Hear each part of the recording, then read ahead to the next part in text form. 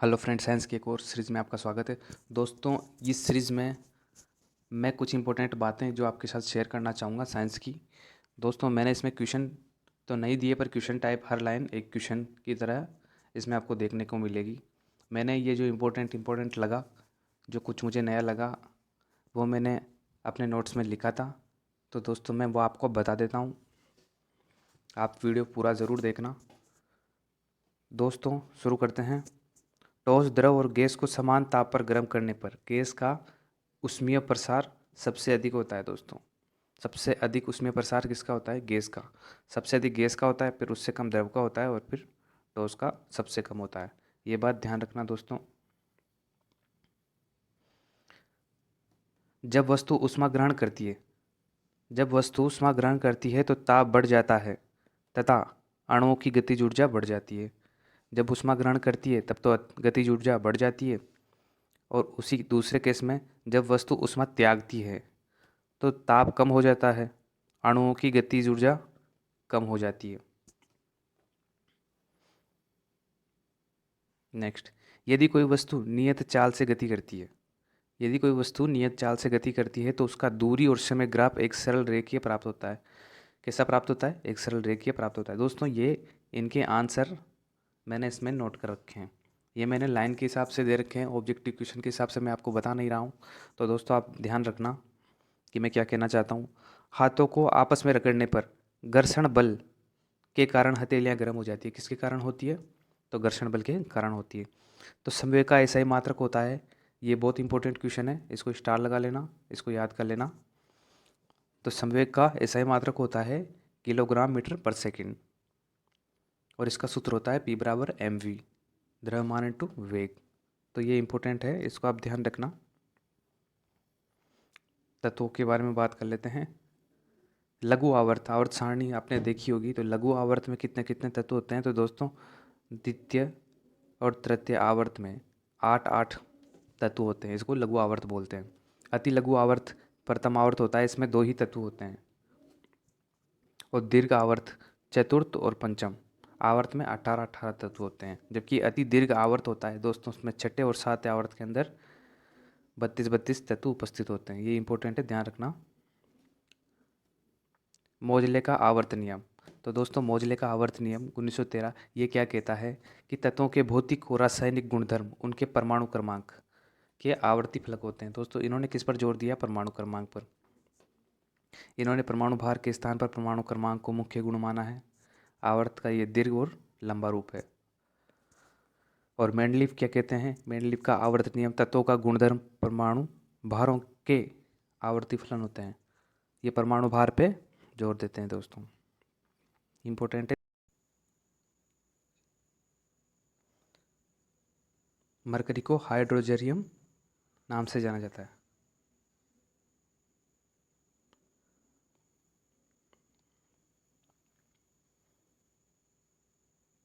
कुछ अन्य तत्वों के बारे में बात कर लेते हैं दोस्तों, इनके लैटिन नाम। तो लोहा Fe से रिप्रेजेंट करते हैं, इसको आयरन कहते हैं। लैटिन नाम इसका फेरम है। तांबा Cu, कॉपर इसका क्यूफरम इसका नाम है। Cu का नाम क्या होता है? कॉपरम। लैटिन नाम ध्यान रखना आपको दोस्तों, लैटिन नाम इंपॉर्टेंट है। पोटेशियम को K से रिप्रेजेंट करते हैं, इसका नाम होता है केलियम। टीन को Sn से रिप्रेजेंट करते हैं, इसको स्टेनम नाम से जाना जाता है।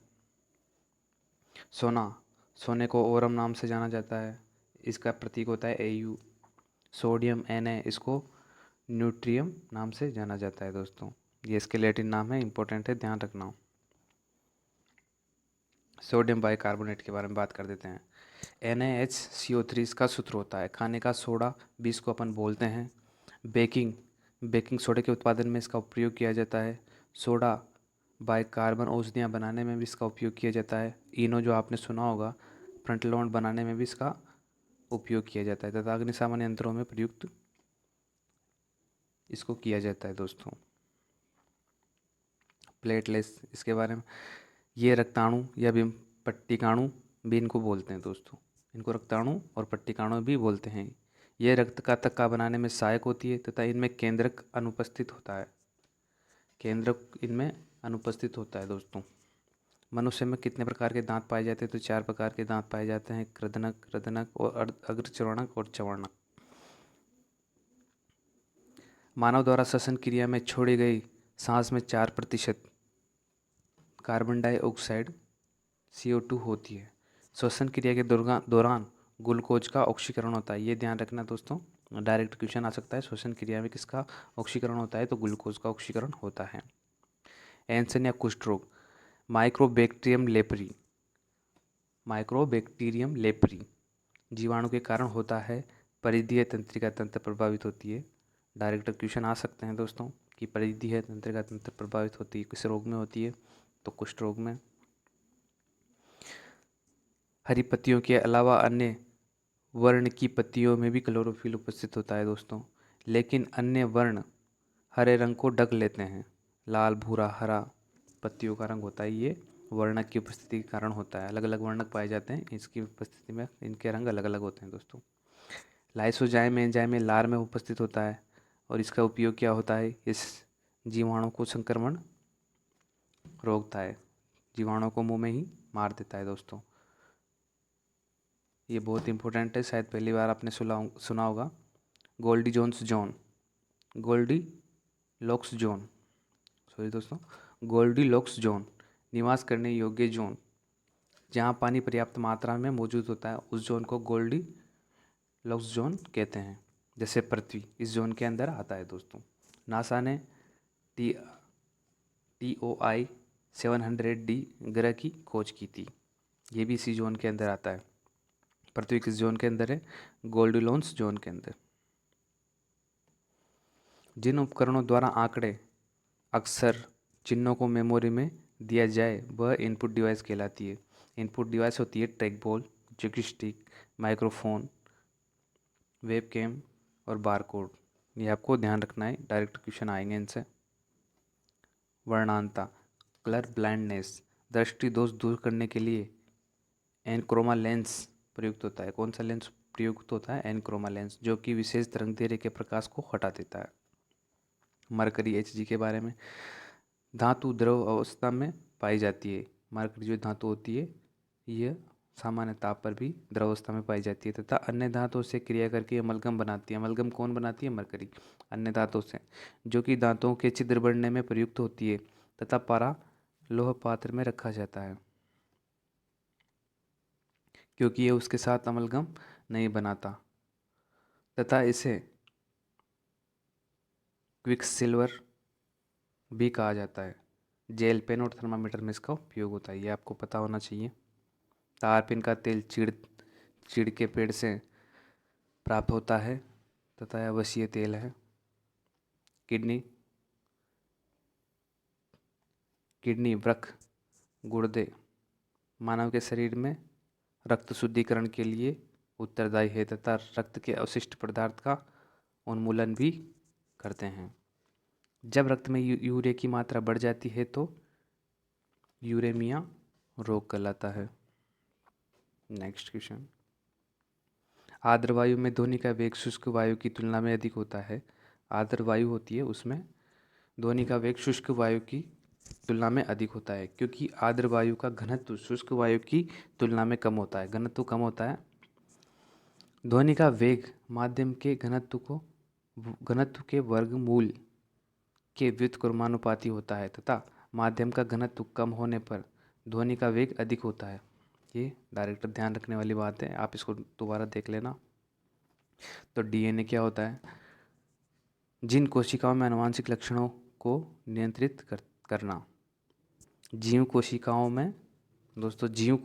में आनुवांशिक लक्षणों को नियंत्रित करना DNA का काम है। RNA जीन को सुचारू बनाना, जो जीन होते हैं ना, जीन को सुचारू बनाना तथा उनकी प्रतियां तैयार करना, उनकी कॉपियां तैयार करता है। ये एंजाइम भोजन पचाना तथा शरीर में विषाक्त पदार्थ खत्म करते हैं। और हार्मोन शारीरिक गतिविधियों का विनिमय तथा होम्योस्टेसिस समस्थिति को बनाए रखता है। हृदय में 4 प्रकार के वाल्व होते हैं दोस्तों, त्रिपदी वाल्व, फुफ्फुसीय वाल्व, हृदय कपाट, महाधमनी वाल्व। ये 4 प्रकार के वाल होते हैं, डायरेक्ट ध्यान रखना। मानव शरीर में एक दिन में 1 लाख बार वाल खुलते और बंद होते हैं। समुद्र के जल को आसवन विधि द्वारा शुद्ध किया जाता है, यानी कि उबाल कर। दूसरी विधि रिवर्स ऑस्मोसिस, ये नई विधि है। अर्धपारगम्य झिल्ली से जल को गुजारते हैं इसमें। जैव प्रौद्योगिकी शब्द 1919 में कार्ल इरिक ने दिया था। किसने दिया था? कार्ल इरिक ने दिया था। लोहा या आयरन क्या है इसका? तो हेमेटाइट, मैग्नेटाइट, लिमोनाइट, ये इसके अयस्क है दोस्तों, देख लेना इनको एक बार, बहुत इंपॉर्टेंट है ये। बर्टिन के स्तंभ, किसके स्तंभ? बर्टिन के स्तंभ किडनी वर्ग में पाए जाते हैं। लैंगरहैंस के द्वीप किस में पाए जाते हैं? ये मुझे कमेंट करके आप ज़रूर बताना। बर्टिन के स्तंभ किडनी में पाए जाते हैं तथा इनमें गुर्दे के स्तंभ भी कहते हैं। DDT, डाइक्लोरो डाइफिनाइल ट्राइक्लोरोइथेन, संश्लेषित कीटनाशक है। यह कार्बनिक हेलोजन यौगिक हैं तथा निर्माण में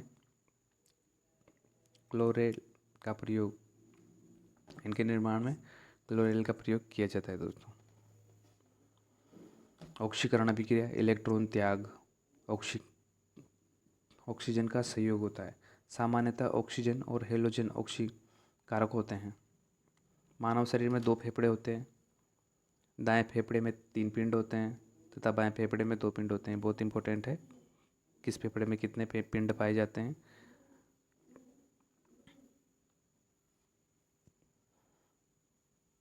दोस्तों बाकी सेकंड पार्ट में मैं आपको बहुत इंपॉर्टेंट, जो और भी इंपॉर्टेंट पॉइंट है मैं आपको सेकंड वीडियो में बता दूंगा। दोस्तों धन्यवाद। वीडियो अगर अच्छी लगी तो आप लाइक ज़रूर करना और कमेंट करके मुझे ज़रूर बताना। धन्यवाद दोस्तों।